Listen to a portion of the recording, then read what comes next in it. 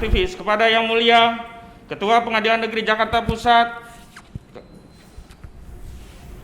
Ketua Pengadilan Negeri Jakarta Pusat kelas 1A khusus Seki Majelis Hakim Perkara Perdata Perbuatan Melawan Hukum di Pengadilan Negeri Jakarta Pusat kelas 1A khusus Jalan Bungur Besar Raya nomor 24, Gunung Sahari, Jakarta Selatan, Kemayoran, Kota Madia, Jakarta Pusat. Gunung Sahari Selatan, Kemayoran, Kota Madia, Jakarta Pusat. Perihal gugatan perbuatan melawan hukum secara material dalam fungsinya positif oleh Dewan Perwakilan Rakyat Republik Indonesia junto perbuatan tercela Presiden Negara Republik Indonesia. Dengan hormat, perkenan kami bertindak untuk atas nama Fahri Lubis sebagaimana identitas terlampir, Muhyiddin Jalis sebagaimana identitas terlampir, Wahidin sebagaimana identitas terlampir, IRA Ikhwan sebagaimana terlampir, Tulus sebagaimana terlampir, Andi Neni Sri Lestari dengan identitas sebagaimana terlampir, Soraya SH sebagaimana terlampir dalam kedudukannya sebagai rakyat negara Republik Indonesia selaku pembayar pajak negara guna pembiayaan belanja negara Republik Indonesia, baik secara sendiri maupun bersama-sama dalam perkara ini, mohon untuk disebut penggugat. Selanjutnya, dalam hal ini penggugat telah diwakili oleh tim pembela ulama dan aktivis yang dipimpin oleh Dr. Haji Egy Sojana, Mastal SHMSI sebagaimana terlampir dan juga rekan-rekan yang lain yang hadir, advokat dan konsul hukum yang terhimpun dalam tim pembela ulama dan aktivis yang beralamat di Warung Buncit Raya, Kalibata, Pancoran, Kota Jakarta Selatan, DKI Jakarta. Penggugat melalui gugatan ini mengajukan perbuatan melawan hukum secara material dalam fungsinya positif oleh DPR RI junto perbuatan tercela Presiden Negara Republik Indonesia yang diajukan terhadap Dewan Perwakilan Rakyat Republik Indonesia SEKI. 1. Puan Maharani sebagai Ketua DPR RI. Dan 2. Aziz Samsudin sebagai Wakil Ketua DPR RI. Dan 3. Sumi Dasko sebagai Wakil Ketua DPR RI. Dan 4. Rahmat Gobel selaku Wakil Ketua DPR RI. Dan 5. Muhaimin Iskandar sebagai Wakil Ketua DPR RI. Mereka secara sendiri maupun bersama-sama dalam hal ini selaku pimpinan DPR RI periode 2019-2024 berkedudukan di Jalan Jenderal Gatot Subroto, Senayan, Jakarta Pusat. Selanjutnya dalam perkara ini mohon disebut sebagai tergugat. Kemudian berbagai peristiwa tidak kami bacakan, kami langsung pada dalil-dalil pokok gugatan. Kami mulai pembacaan dari halaman 42. Pokok gugatan. 1. Bahwa penggugat adalah warga negara Republik Indonesia selaku pemilih yang memilih para wakilnya untuk duduk di Dewan Perwakilan Rakyat Indonesia sebagai lembaga kontrol yang memiliki hak menyelidik dan hak menyatakan terhadap Presiden apabila melanggar hukum. Untuk itulah penggugat memberikan hak suara di setiap pemilihan umum guna terwujudnya lembaga kontrol yang memiliki hak penyelidik dan hak menyatakan pendapat terhadap Presiden Republik Indonesia apabila melanggar hukum. Atas hal tersebut, maka dengan demikian penggugat memiliki hak kontrol terhadap tergugat dalam menjalankan tupoksinya terhadap Presiden. 2. Bahwa penggugat adalah para wajib pajak dan para pembayar pajak guna pembiayaan belanja negara untuk penyelenggaraan negara dalam kesehariannya. Untuk itu maka penggugat memiliki hak menggugat apabila tergugat maupun Presiden tidak melaksanakan tupoksi dan atau melakukan perbuatan melawan hukum secara material dalam fungsinya negatif maupun dalam fungsinya positif. 3. Bahwa berdasarkan ajas kausalitas hubungan hukum timbal balik antara penggugat dan tergugat maupun dengan Presiden terdapat adanya hubungan hukum timbal balik, yaitu antara rakyat pembayar pajak dengan penyelenggara lembaga negara yang dibayarkan atas pendapatan negara melalui pajak, sehingga dengan demikian maka terdapat hak dan kewajiban kepada para pihak, yakni masing-masing antara penggugat dengan tergugat maupun dengan Presiden. 5. Bahwa berdasarkan ini enggak ada kata-kata Presiden loh. Ya, nanti kami akan tipe di beberapa itu ada turut tergugat, kami tipe yang mulia diperkenankan bahwa segala hal yang terkait turut tergugat karena itu masih terkopi dari gugatan Presiden, mohon dianggap sebagai Presiden begitu saja. Dan itu mutatis mutandis, ada beberapa. Ya, baik. Bahwa berdasarkan beberapa teori tentang berdirinya suatu negara adalah satu teori ketuhanan. Penganut teori ini adalah Evistal, Kahneman, Borg, Thomas Akune, Heller, dan Agustinus. Lewat teori ini, para ahli berpendapat bahwa segala sesuatu terjadi atas kehendak Tuhan. Terbentuknya suatu negara juga bisa terjadi atas kehendak Tuhan. Bukti-bukti nyata ini terdapat dalam teori sebagaimana by the grace of God. Kami tidak bacakan semua teori-teori tentang dasar gugatan, kami lewati. Dan selanjutnya kami memulai lagi pada halaman 86. Langsung fokus kepada DPR. Hak DPR untuk mengajukan menyatakan pendapat mengenai pelanggaran hukum presiden merupakan rangkaian hak atas fungsi pengawasan DPR dalam penyelenggaraan pemerintahan negara dan satu-satunya lembaga yang diberi wewenang untuk itu. Sehingga secara normatif tidak akan pernah ada pertanggungjawaban dan pemberhentian presiden tanpa dimulai dari DPR. Kami ulangi, sehingga tidak akan pernah ada pertanggungjawaban dan pemberhentian presiden tanpa dimulai dari DPR. Permasalahan yang banyak menimbulkan perdebatan di antara proses kelembagaan adalah substansi pertanggungjawaban presiden antara pelanggaran hukum dalam arti kebijakan dan pelanggaran hukum dalam arti kriminal, yang terkadang memunculkan pertanyaan, apakah merupakan pertanggungjawaban hukum atau pertanggungjawaban politik. Aspek mendasar yang perlu dipahami dari presiden adalah kedudukannya sebagai lingkup organisasi dan jabatan dalam hukum tata negara, sehingga pertanggungjawaban atasnya memerlukan prosedur tertentu sesuai dengan standar demokrasi yang dibenarkan oleh suatu negara dalam pengaturan konstitusinya. Sebagaimana telah dijelaskan sebelumnya bahwa satu-satunya lembaga yang memiliki wewenang mengajukan pernyataan pendapat atas pelanggaran hukum presiden adalah DPR sehubungan dengan fungsi pengawasan yang diberikan kepadanya. Namun tidak berarti keputusan terakhir berada di tangan DPR, tetapi melalui prosedur yang melibatkan 3 lembaga negara, yakni DPR, Mahkamah Konstitusi, dan MPR. Jika berbicara dalam bingkai demokrasi sebagaimana dikatakan oleh David Holt, bahwa sistem demokrasi perwakilan membuat pemerintah bertanggung jawab kepada rakyat dan pembuatan kebijakan mampu mengikuti kepentingan umum. Dalam hal ini DPD pun sebagai lembaga perwakilan rakyat daerah seharusnya dapat melakukan fungsi-fungsi tersebut, atau ada pertimbangan bahwa DPD tidak cukup representatif untuk melakukan fungsi tersebut karena jumlahnya lebih kecil dan tidak boleh lebih dari 1/3 jumlah anggota DPR. Keberadaan DPD hampir tidak memiliki kekuatan untuk mempengaruhi penyelenggaraan pemerintahan Indonesia, padahal keanggotaan DPD relatif mandiri. Karena selain dipilih langsung oleh rakyat dengan sistem distrik, juga tidak merupakan anggota partai politik, sehingga netralitas dalam penilaian tindakan presiden lebih dapat terjamin dibanding DPR. Karena idealisme anggotanya lebih dapat terjamin dibanding DPR, karena idealisme anggota tidak berada di bawah tekanan organisasi partai politik. Dimungkinkannya DPD untuk mengajukan pernyataan pendapat atas pelanggaran hukum presiden kepada MK dengan pertimbangan bahwa DPD merupakan lembaga perwakilan rakyat Indonesia yang tidak bisa dilihat secara parsial, rakyat Indonesia yang tidak bisa dilihat secara parsial dengan sifat keanggotaannya mewakili daerah tentu, tetapi lebih dari itu secara kelembagaan merupakan perwakilan yang juga mewakili rakyat Indonesia untuk mengagregasi kepentingan rakyat. Kebetulan saja anggota DPRD dengan sendirinya menjadi anggota MPR, menyebabkan keanggotaan DPR ikut memiliki andil dalam menentukan pemberhentian presiden. Itu pun dari segi jumlah tidak cukup signifikan dengan jumlah anggotanya yang tidak boleh melebihi 1/3 dari jumlah anggota DPR. Dengan komposisi demikian menunjukkan bahwa apabila pernyataan pendapat DPR disetujui oleh seluruh jumlah anggota, maka sekalipun sidang paripurna MPR untuk memberhentikan presiden tidak dihadiri oleh anggota DPD tetap memenuhi quorum dan dapat mengambil keputusan pemberhentian presiden apabila disetujui 2/3 dari jumlah anggota yang hadir. Lembaga lain yang juga menentukan proses pemberhentian presiden adalah kehadiran Mahkamah Konstitusi sebagai lembaga peradilan yang berwenang memeriksa, mengadili, dan memutus pernyataan pendapat DPR tentang pelanggaran hukum presiden. Salah satu dasar argumentasinya untuk menjustifikasi keberadaan MK dan wewenangnya adalah dengan melihat sejarah dan pemikirannya yang mendasari lahirnya sebuah mahkamah dalam sistem ketatanegaraan. Hasil penelitian mengungkapkan bahwa MK terdapat di 78 negara di dunia dan banyak ditemukan di negara-negara yang baru mengalami perubahan rejim dari otoriter ke demokrasi. Berkembangnya MK di berbagai negara tidak terlepas dari perkembangan konsep demokrasi konstitusional, yaitu sebuah konsep demokrasi berdasarkan konstitusi yang memungkinkan produk hukum berupa undang-undang yang dihasilkan oleh legislatif dan eksekutif digugat dengan dalih bertentangan dengan konstitusi, sehingga kehadiran MK merupakan sarana demokrasi melakukan penegakan nilai-nilai konstitusional bagi rakyat. Keyakinan tersebut menjadi salah satu alasan mendasar bagi kehadiran MK di Indonesia dengan beberapa kewenangan yang diatur dalam Undang-Undang Dasar 1945 Pasal 24C ayat 1 dan ayat 2, yaitu 1.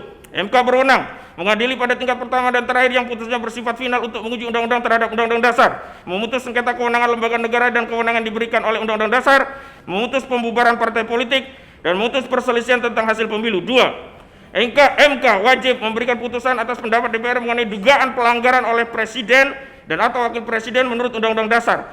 Menelaah kewenangan di atas dapat dipahami bahwa kehadiran MK sebagai salah satu institusi peradilan dalam sistem ketatanegaraan Indonesia dimaksudkan untuk menegakkan hukum konstitusional di antara kekuasaan lembaga-lembaga negara bagi tegaknya kedaulatan rakyat dan demokrasi. Begitu pula halnya dengan kewenangan MK untuk memberi putusan atas pendapat DPR tentang pelanggaran hukum Presiden adalah pelanggaran hukum ketatanegaraan. Sehingga pernyataan pelanggaran hukum Presiden oleh DPR merupakan sengketa hukum ketatanegaraan yang harus diputuskan oleh MK sebagai satu-satunya lembaga yang diberi wewenang oleh Undang-Undang Dasar sebagai penafsir konstitusi. Situasi ini menjadi ironis ketika dihadapkan dengan pertanggungjawaban atas pelanggaran hukum Presiden yang berakhir dengan pemberhentian. Ironis terletak pada kewenangan MK sebagai salah satunya penjaga dan penafsir Undang-Undang Dasar dan diberi wewenang untuk memutuskan pernyataan DPR tentang pelanggaran hukum Presiden, tetapi keputusan terakhir yang memberi sanksi pemberhentian atau sanksi lainnya terhadap Presiden berada pada MPR. Izin yang mulia dilanjutkan dengan kami dalam sampai tekukan nanti. Sampai tekukan. Oke, lanjut aja nanti.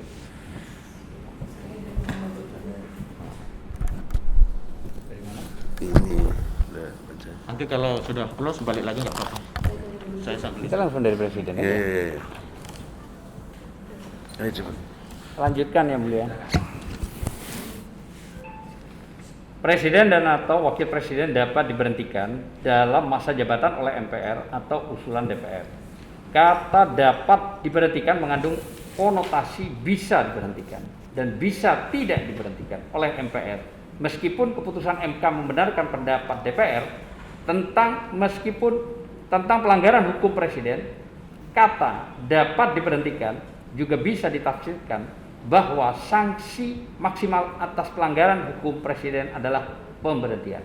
Dan secara akuntabel dapat ditafsirkan adanya sanksi menengah dan sanksi minimal yang bisa saja tidak berakhir dengan pemberhentian secara logika.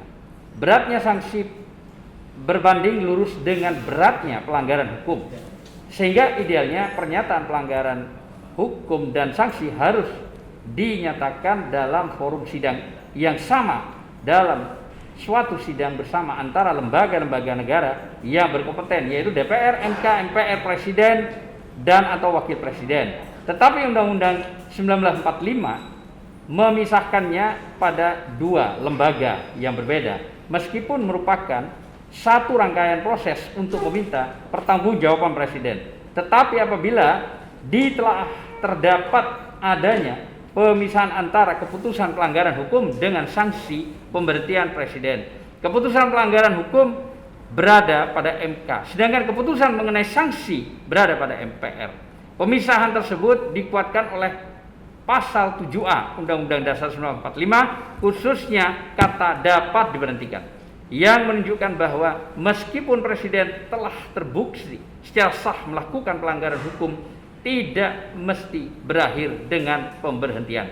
Karena perumusan sanksi sangat tergantung kepada MPR. Karena keputusan MK tentang pelanggaran hukum Presiden tidak menentukan atau membatasi keputusan MPR mengenai sanksi kecuali UUD dengan sanksi maksimal apabila MK menolak pernyataan pendapat DPR tentang pelanggaran hukum Presiden, maka DPR tidak dapat melanjutkan permohonan pemberhentian Presiden kepada MPR.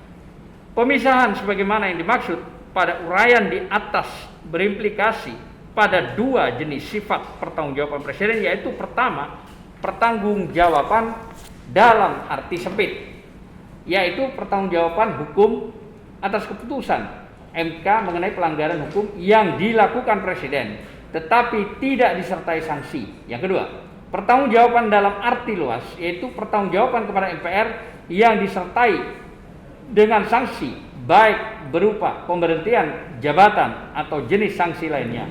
Apabila seandainya keputusan MK yang membenarkan pernyataan pendapat DPR tentang pelanggaran hukum Presiden kemudian dianulir oleh MPR dengan tidak memberi sanksi kepada Presiden, maka dengan sendirinya akan mencederai konsep demokrasi konstitusional yang meyakini UUD 1945 sebagai manifestasi tertinggi kedaulatan rakyat dan demokrasi dengan menempatkan MK sebagai pengawal dan penafsir Tunggal Undang-Undang Dasar 1945 bagi tegaknya kedaulatan rakyat dan demokrasi menurut UUD 1945. Apabila dalam sidang paripurna MPR menganulir secara tidak langsung keputusan MK dengan tidak memberikan sanksi pemberhentian presiden atau sanksi lainnya, maka akan sangat mungkin MK dan MPR bersengketa dan bersilang pendapat mengenai pelanggaran hukum presiden. Jika sengketa tersebut terjadi, maka lembaga negara mana yang memiliki otoritas konstitusional untuk menyelesaikan sengketa tersebut, dan dengan demikian akan berujung pada ketidakpastian hukum sehingga alasan untuk memberhentikan presiden atau sanksi lainnya karena pelanggaran hukum dapat menjadi suatu yang sia-sia pertanggungjawaban hukum dan pertanggungjawaban politik. Ada dua pandangan mengenai kualifikasi pertanggungjawaban presiden tersebut sebelum perubahan Undang-Undang Dasar 1945. Satu, pandangan yang meyakini bahwa pertanggungjawaban presiden kepada MPR adalah pertanggungjawaban politik. Pandangan tersebut didasarkan oleh kepada selain kedudukan MPR sebagai lembaga perwakilan rakyat atau lembaga politik yang mengindikasikan adanya unsur-unsur parlementer. Secara substansi, dasar pertanggungjawaban presiden ketika itu adalah pelaksanaan UUD 1945 dan GPHN.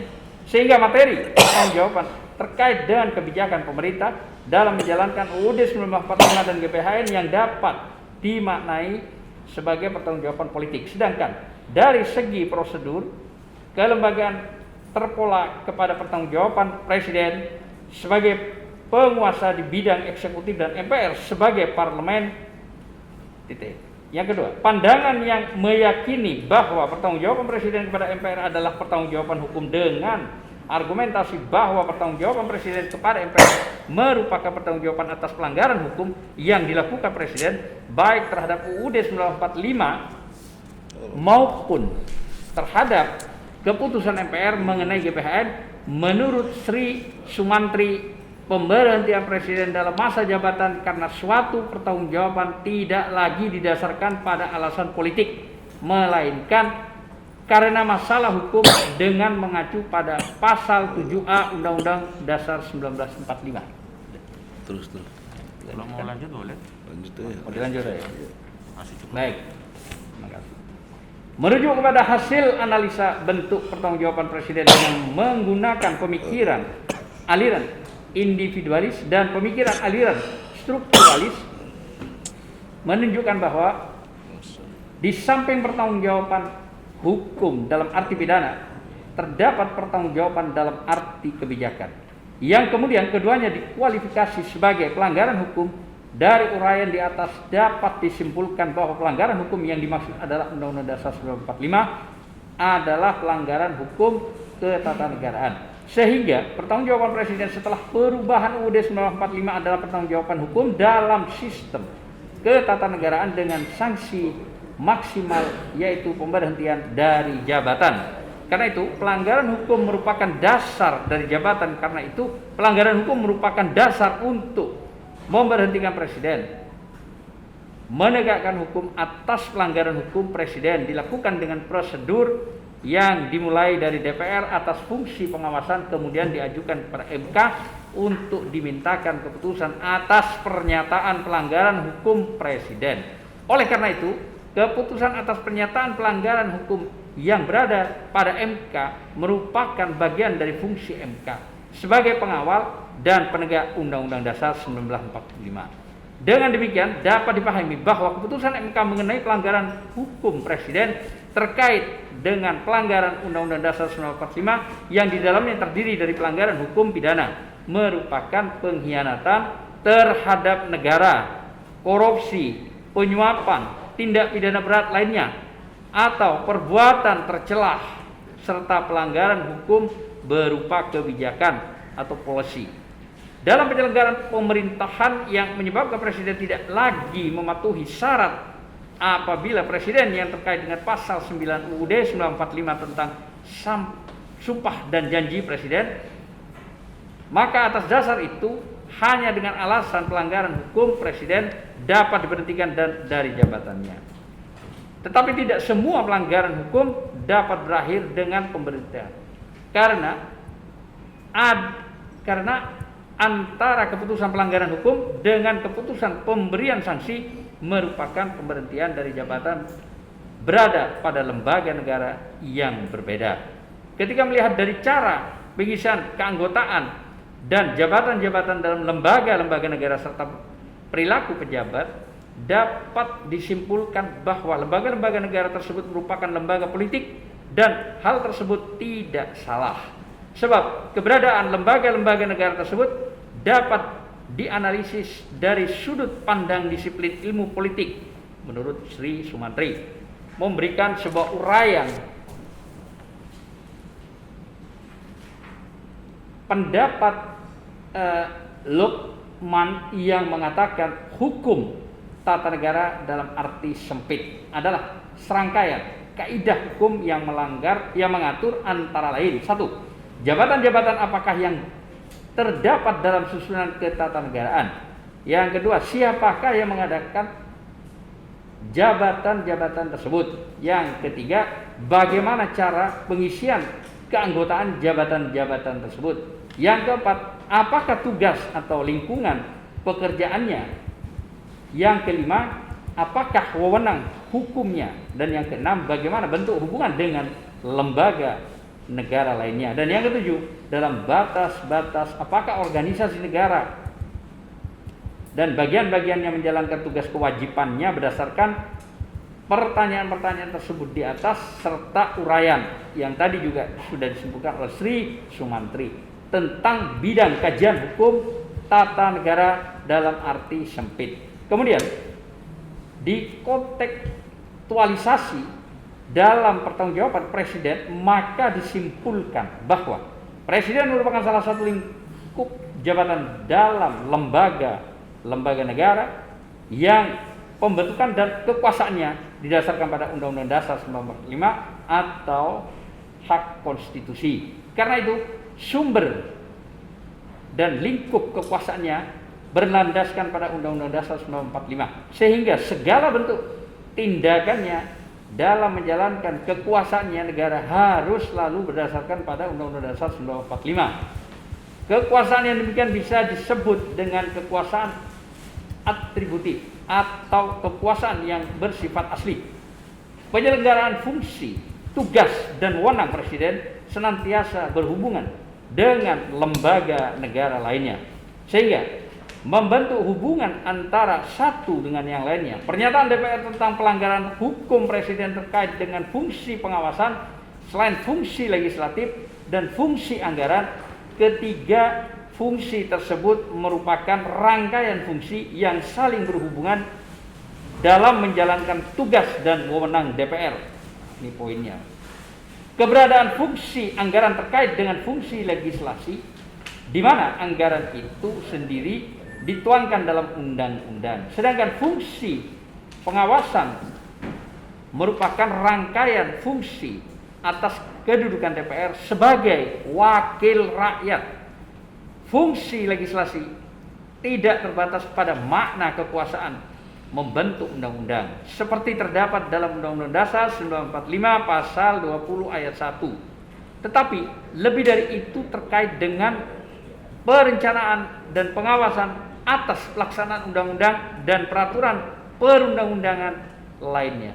Fungsi-fungsi tersebut merupakan tugas dan wewenang DPR yang bersifat atributif asli dari Undang-Undang 1945. Sehingga segala bentuk tindakan DPR senantiasa berdasarkan pada Undang-Undang Dasar 1945 sebagaimana hasil telaah terhadap Undang-Undang 1945, yaitu pada pasal 7A diketahui bahwa dasar pertanggungjawaban dan pemberhentian presiden karena pelanggaran hukum yang dikaitkan dalam masa jabatan pertanggungjawaban tersebut termasuk dalam pengertian pertanggungjawaban hukum ketatanegaraan dengan dasar pemikiran antara lain: 1.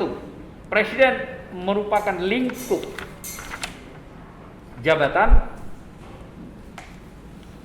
dalam susunan ketatanegaraan yang memiliki kekuasaan pemerintahan menurut Undang-Undang Dasar 1945. Kedua, presiden melaksanakan tugas dan wewenang menurut Undang-Undang 1945. Dan yang ketiga, dalam melaksanakan tugas dan wewenangnya presiden senantiasa dalam hubungan koordinasi dan pengawasan dengan lembaga negara lainnya atau check and balance.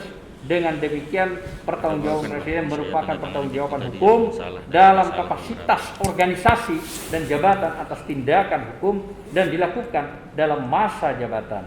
Pertanggungjawaban tersebut merupakan pertanggungjawaban atas pelanggaran hukum ketatanegaraan yang di dalamnya termasuk tindakan hukum pidana atau kriminal dan kebijakan atau polisi dalam penyelenggaraan pemerintahan yang kemudian dikualifikasi pertanggungjawaban hukum menurut UUD 1945. Pertanggungjawaban hukum presiden dilakukan dalam kapasitas jabatan atau atas pernyataan DPR mengenai pelanggaran hukum presiden yang kemudian dimintakan keputusan kepada MK sebagai lembaga peradilan yang berwenang. Memeriksa, mengadili dan memutus pelanggaran hukum presiden dengan sanksi maksimal adalah pemberhentian dari jabatan oleh MPR. Dilihat dari dasar pemberhentian presiden yang didasarkan pada pelanggaran hukum, maka pemberhentian presiden termasuk dalam arti pertanggungjawaban hukum meskipun keputusan pemberhentian tersebut dalam kewenangan MPR. Persoalan yang mungkin muncul adalah apabila keputusan pelanggaran hukum presiden oleh MK kemudian dianulir secara tidak langsung oleh MPR dengan tidak menjatuhkan sanksi kepada presiden, maka dengan sendirinya akan mementahkan pendapat bahwa presiden dapat diberhentikan karena terbukti secara sah melakukan pelanggaran hukum dan sangat berbahaya bagi kepastian hukum dan tegaknya demokrasi konstitusional. Dalam hal ini, pengambilan keputusan pemberian sanksi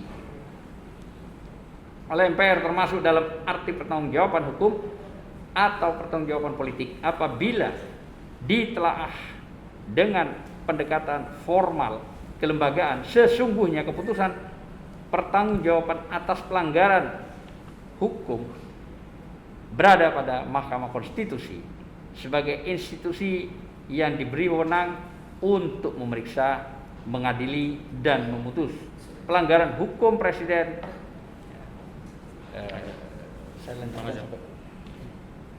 Merujuk pendapat Yang lagi nanti biar tentang hukum tata negara dalam arti sempit, maka pemberhentian presiden oleh MPR termasuk dalam arti hukum tata negara.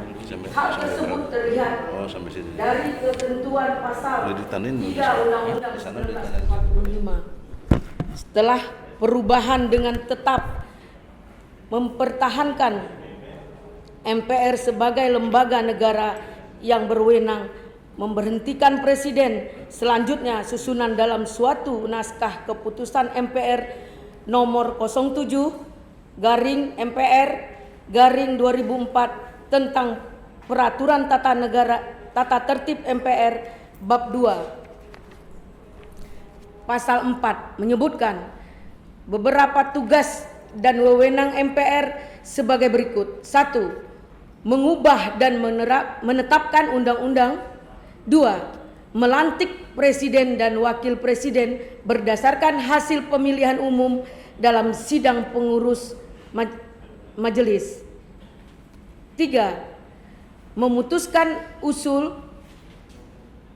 DPR berdasarkan keputusan MK untuk memberhentikan presiden dan atau wakil presiden dalam masa jabatannya setelah presiden dan wakil presiden diberikan kesempatan untuk menyampaikan penjelasan dalam sidang paripurna majelis. 4. Melantik wakil presiden menjadi presiden dapat apabila presiden mangkrat,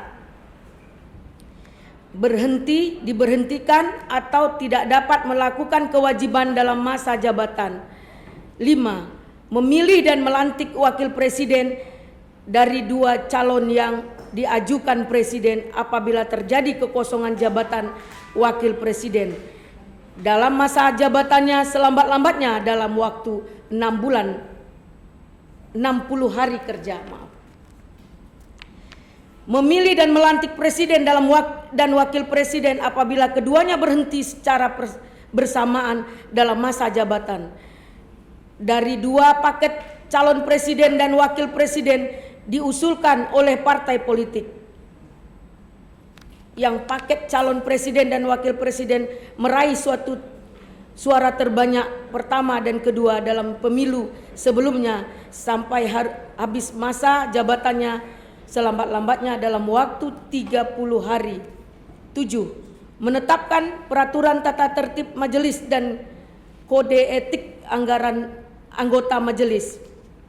8. Memilih dan menetapkan pimpinan majelis. 9. Membentuk alat kelengkapan majelis apabila ketentuan yang diatur dalam Undang-Undang 45 dan Peraturan Tata Negara, maksudnya Peraturan Tata Tertib MPR di atas dihubungkan dengan pendapat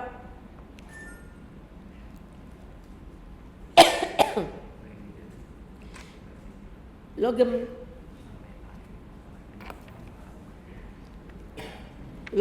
tentang dimensi-dimensi pembahasan hukum atas negara dalam arti sempit, maka jelaslah bahwa keberadaan MPR sebagai lembaga negara merupakan salah satu lingkupan jabatan yang terdapat dalam susunan ketatanegaraan Indonesia berdasarkan Undang-Undang 1945 diisi melalui keanggotaan DPR dan DPD dengan beberapa tugas dan kewenangan. Salah satu tugas dari wewenang MPR adalah memberhentikan presiden dan atau wakil presiden dalam masa jabatan menurut Undang-Undang 1945. Berdasarkan uraian di atas dapat disimpulkan bahwa wewenang MPR memutuskan pemberhentian presiden dan atau wakil presiden dalam masa jabatan atau usul DPR setelah mendapatkan keputusan MK tentang pelanggaran hukum presiden, termasuk dalam pengertian pempertanggungjawaban hukum ketatanegaraan dengan sanksi maksimal pemberhentian dari jabatan. Penutup. A. Kesimpulan 1. Sistem pertanggungjawaban presiden setelah perubahan Undang-Undang Dasar 1945 merupakan sistem mempertanggungjawabkan hukum dalam sistem ketatanegaraan, yaitu pertanggungjawaban dengan materi pelanggaran hukum berupa perbuatan hukum pidana dan tindakan politik yang dilakukan dalam masa jabatan. B. Bentuk-bentuk mempertanggungjawabkan presiden merupakan pertanggungjawaban atas perbuatan hukum pidana dan atau pertanggungjawaban politik karena ketidakmampuan memenuhi kewajiban sebagai Presiden Republik Indonesia, yang kemudian dikualifikasikan sebagai pertanggungjawaban hukum dalam sistem ketatanegaraan, dan sanksi tertinggi adalah pemberhentian dari jabatan. Prosedur pertanggungjawaban dan ditegakkan melalui lembaga-lembaga negara dengan menghadirkan 3 peran lembaga negara yang berbeda, yaitu DPR sebagai satu-satunya lembaga yang memiliki kewenangan menurut MK sebagai lembaga yang berwenang memeriksa, mengadili dan memutuskan pelanggaran hukum, dan MPR sebagai satu-satunya lembaga yang berwenang menjatuhkan sanksi berupa pemberhentian dari jabatan. Bahwa pemberhentian melawan hukum pengurus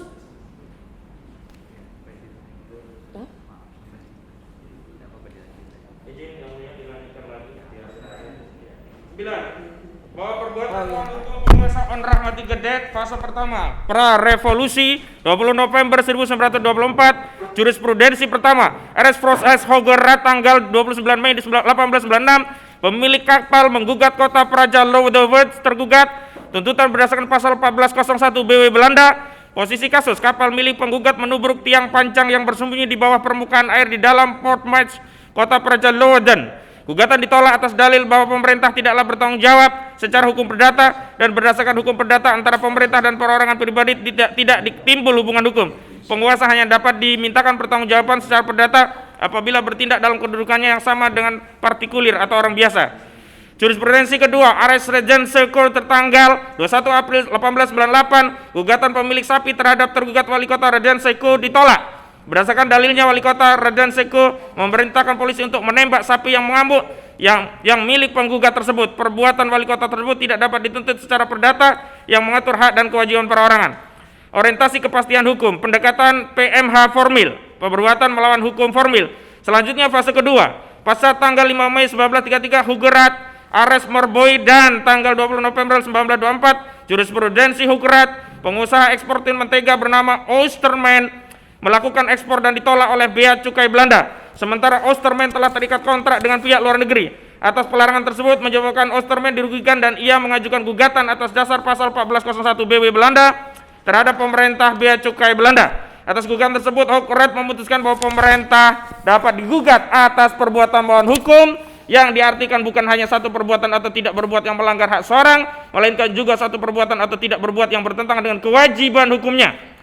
Berdasarkan putusan tersebut timbul kaidah hukumnya, penguasa dapat digugat secara berdata atas dasar pasal 1401 BW Belanda atau pasal 1365 BW. Sekali lagi, berdasarkan putusan tersebut timbul kaidah hukumnya, penguasa dapat digugat secara perdata atas dasar pasal 1401 BW Belanda atau pasal 1365 BW, baik dalam menjalankan tugas atau kewajiban yang bersifat hukum publik maupun hukum perdata atau asas kepatutan. Zorgwoordsrecht. Suatu perbuatan bertentangan dengan asas kepatutan, ketelitian, serta sikap hati-hati yang seharusnya dimiliki oleh seorang dalam pergaulannya dengan sesama warga masyarakat atau terhadap harta benda orang lain. Perbuatan melawan hukum putusan Hugerat 1. Perbuatan melawan hukum oleh penguasa meliputi perbuatan atau tidak berbuat yang melanggar hak subjektif orang atau melanggar kewajiban hukum si berlaku, tetapi meliputi perbuatan atau tidak berbuat yang bertentangan dengan asas kepatutan, ketelitian, serta sikap kehati-hatian yang seharusnya dimiliki seorang dalam pergaulannya dengan masyarakat atau terhadap orang lain. 2. Penguasa dapat juga melakukan tindakan yang melanggar asas kepatutan apabila penguasa tersebut mengambil bagian dalam suatu kegiatan dalam kedudukannya yang sama dengan orang perorangan dengan cara melakukan perbuatan-perbuatan yang menurut hakikatnya tidak hanya dapat dilakukan oleh penguasa, akan tetapi juga dapat dilakukan oleh orang perorangan. Selanjutnya fase ketiga pasca tanggal 20 Januari 1971, jurisprudensi Mahkamah Agung RI putusan kasasi nomor 838K/SIP/1970 penggugat Wijoso Ponco lawan tergugat Gubernur DKI Jakarta, Siki Kepala Dinas Perumahan DKI Jakarta. Kaidah hukumnya 1. Hal perbuatan melawan hukum oleh penguasa harus dinilai dengan undang-undang dan peraturan formil yang berlaku dan selain itu dengan kepatutan dalam masyarakat yang seharusnya dipatuhi oleh penguasa. 2. Penilaian faktor-faktor sosial ekonomi dalam sewa menyewa adalah wewenang kepala daerah sebagai penguasa dan harus dianggap sebagai perbuatan kebijaksanaan penguasa yang pengadilan kemudian tidak berwenang mengendalinya kecuali atas wewenang tersebut dilaksanakan dengan melanggar undang-undang dan peraturan-peraturan formil yang berlaku atas atau melewati batas kepatutan dalam masyarakat yang harus dipatuhi oleh penguasa. Penutup, izin yang mulia dilanjutkan Bang Egy.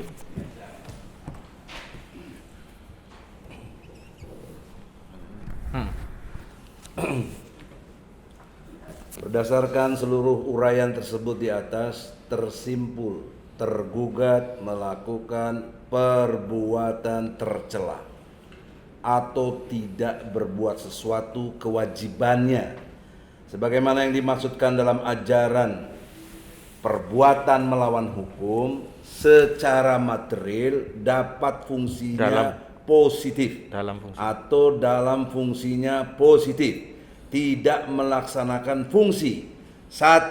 Hak interpelasi, yaitu hak DPR untuk meminta sebuah keterangan kepada pemerintah yang mengenai kebijakan pemerintah yang penting dan strategis serta berdampak luas pada sebuah kehidupan masyarakat, bangsa dan negara. Yang kedua, hak angket, yaitu hak DPR untuk melakukan sebuah penyelidikan terhadap pelaksanaan suatu undang-undang dan atau kebijakan pemerintah yang berkaitan dengan hal penting, strategis dan berdampak luas pada seluruh kehidupan bermasyarakat, berbangsa dan bernegara yang diduga bertentangan dengan sebuah peraturan perundang-undangan. Ketiga, hak menyatakan pendapat yaitu hak DPR yang dilakukan untuk menyatakan sebuah pendapat atas kebijakan pemerintah dan kejadian dari luar biasa yang terjadi di tanah air dan dunia internasional. Perbuatan tercela presiden tersebut dibawa kepada Mahkamah Konstitusi Republik Indonesia untuk mendapatkan putusan tetap bahwa presiden terbukti melakukan perbuatan tercela, atau putusan tetap atas putusan tetap tersebut dapat dibawa ke dalam sidang Majelis Permusyawaratan Rakyat Republik Indonesia guna dilakukan pemberhentian selaku Presiden Negara Republik Indonesia karena terbukti melakukan perbuatan tercela sebagaimana yang dimaksudkan dengan ajaran perbuatan melawan hukum secara material dalam fungsinya positif. Atas hal tersebut, untuk itu kami mohon kepada yang terhormat, yang mulia memutuskan: 1. Menerima gugatan perbuatan melawan hukum secara material dalam fungsinya positif ini. Yang kedua, mengabulkan seluruh gugatan ini. Ketiga, menyatakan tergugat melakukan perbuatan melawan hukum dalam fungsinya positif, yaitu perbuatan tercela atau perbuatan tidak patut atau pembiaran terhadap perilaku presiden yang tercela atau tidak melaksanakan kewajiban hukumnya. Yang keempat, menghukum tergugat untuk melaksanakan 1. Hak interpelasi, yaitu hak DPR untuk meminta sebuah keterangan kepada pemerintah yang mengenai kebijakan pemerintah yang penting dan strategis serta berdampak luas bagi sebuah kehidupan masyarakat, bangsa dan negara. Yang kedua, hak angket, yaitu hak DPR untuk melakukan sebuah penyelidikan terhadap pelaksanaan satu undang-undang dan atau kebijakan pemerintah yang berkaitan dengan hal penting, strategis dan berdampak luas kepada sebuah kehidupan bermasyarakat, berbangsa dan bernegara yang diduga bertentangan dengan sebuah peraturan perundang-undangan. Ketiga, hak menyatakan pendapat, yaitu hak DPR dilakukan untuk menyatakan sebuah pendapat atas kebijakan pemerintah dan kejadian dari luar biasa yang terjadi di tanah air dan dunia internasional atas perbuatan tercela presiden dan membawa penetapannya bahwa presiden terbukti telah melakukan perbuatan tercela. Atas penetapan tersebut seharusnya membawanya kepada Mahkamah Konstitusi Republik Indonesia untuk mendapat putusan hukum. Yang kelima, menghukum tergugat membayar biaya perkara. Hormat kami, kuasa hukum penggugat, saya Egy Sujana, Damai Hari Lubis, Ahmad Khozinuddin, Arfid Sabto, Dwi Mars, Novel Haidir Hasan, Azam Khan, Mahmud Ratih Puspa, Indra Linggawasdi, Borkat Hiarhab, Mukhtarum Larisam, Dul Haji Sangaji, Julius Andesta, Eli Daneti, Ismar Sarifudin. Selanjutnya tidak dibacakan. Izin yang mulia, ada renvo beberapa tadi sebagaimana sudah saya tandai.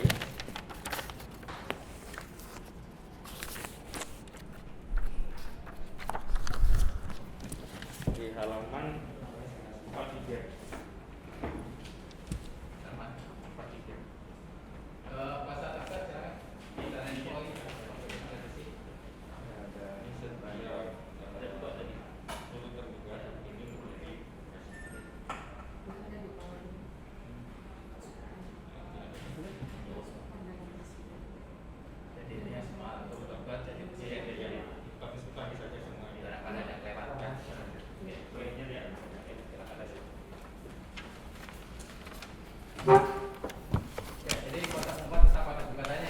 Tetap pada gugatannya ya, mulia.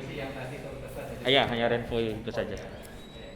Jadi untuk Makasih, Pak. jangan berikutnya untuk jawaban, refleks, duplik, kesimpulan maupun putusan persidangan kita lakukan oleh sistem informasi pengadilan atau yang dikenal EKPAD ya. Jadi nanti silakan para pihak mengupload masing-masing. Jadi untuk jawaban kapan bisa diajukan? Tergugat 2 minggu ya Bu ya. 2 minggu. Kuasa penggugat tidak keberatan ya? Keberatan yang mulia. Gimana? Dia udah digaji kerja 2 minggu, kita nggak digaji aja Ya.